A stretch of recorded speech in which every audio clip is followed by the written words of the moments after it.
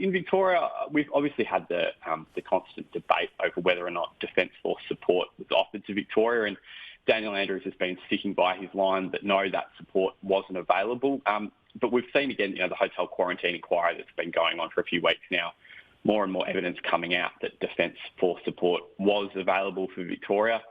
We saw this week emails that were sent by the head of the Prime Minister's department pretty much right at the start of the hotel quarantine program, and he got in touch with Daniel Andrews, Chief Public Servant, and made it clear that the Defence Force could come down and do security in the hotels rather than the private security guards we had. And yeah, look, I think it's an important point to reflect on, particularly because while we haven't had that same level of, I suppose, partisan divide as maybe we've seen in the States, we have really seen that rise of the kind of the Dictator Dan mob on social media and the I Stand with Dan crowd.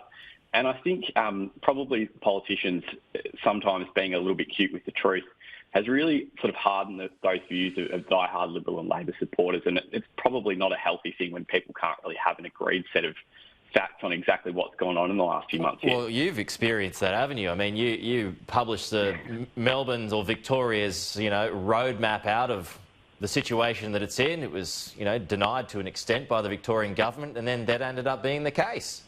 Yeah, it was a pretty strange series of events. I mean, the thing that struck me about that week was that, we published this roadmap, we made it quite clear that it was a draft copy, but we'd done a lot of work to make sure it was an accurate picture of what was going to happen a few days later when it was announced by the Premier. And, I think Daniel Andrews, typically, if there's a story he doesn't like, he'll say it's wrong. He'll be pretty clear about it. And he never said that the day the story was published. He said it was out of date. Technically that was true because it was a document from Wednesday and we published it on the Thursday. But I think a lot of people were sort of sucked into that line of thinking. Just on to, you mentioned the inquiry and, the ADF and the support that was there that the Victorian government says wasn't there. I mean, you've got the report in the Australian today and everywhere for that matter, which suggests that on 3 occasions the PM wrote to the Victorian Premier suggesting that support was on offer. So it seems, well, at least from where I am and from where a lot of people are outside of Victoria, that the feds are right on this one. Yeah, and I think the state government has sort of got into the semantics of this a little bit too much when, I think at a top level, people, particularly outside Victoria too, will look at this and go, well, it is pretty clear the Commonwealth support was offered. I mean, you only have to look at what Scott Morrison said in public in the press conference the day hotel quarantine was announced and what he said in his statement that day, what the Premier himself said in his press conference on those days back in March when hotel quarantine was set up. It's pretty clear the offer was there.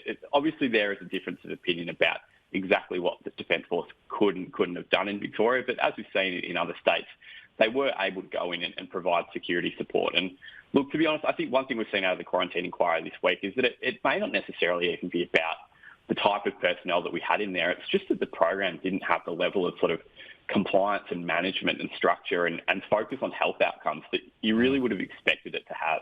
What's the view, Tom, on the new details today, the $5,000 fine if people want to get out to regional Victoria, the ring of steel around Melbourne at the moment? We had the Geelong Mayor on our show a little bit earlier said it's great that regional Victoria can now be protected, but what's the view from your point of view? Yeah, I think talking to regional Victorian MPs, they're quite happy about it because one of their biggest concerns was that the first time around, the virus got into regional Victoria because we didn't have that sort of ring of steel. And one of the big things that's been a sort of common part of the response the whole way through the pandemic is those points of isolation and containment. And I think it makes sense. But look, the fine is obviously pretty hefty. I think that's probably necessary because there'd be a heap of people in Melbourne who are keen to get out and have a bit more freedom in regional areas. From what you can gather, and talking about support for Daniel Andrews, I mean, we talk about this a lot, and we talk about Anastasia Palaszczuk up in Queensland. Despite the criticism, she enjoys very strong support throughout most of Queensland. And you brought out the I Stand with Dan movement on Twitter as well. I mean, does he enjoy, for the most part, support throughout Victoria and Melbourne for the work that he's doing? Yeah, look, I think he does, but I think the mood has shifted a lot. Back in probably 2 or 3 months ago, I think all state leaders had sort of record high levels of support. The Premier's support is still strong, largely because I think there is a large Labor supporter base in Victoria. There always has been, and I think they'll stick to that no matter what. But I think that group in the middle, who's not really sort of aligned to either major party as much, I think they're probably more the ones who are important in this, that they're really questioning the situation Melbourne's in. I think the roadmap out of restrictions has disillusioned a lot of people. I think it's frustrated a lot of people, and we've seen that in the feedback the Premier's gotten. I noticed last night there was some polling that Cos Samaras, the former Labor Assistant State Secretary in Victoria, had done, and while it showed the Premier still did have, relatively strong support, those numbers definitely aren't what they were a couple of months ago, and I think the pain of this is going to drag on, and that politically will make life harder for him as well.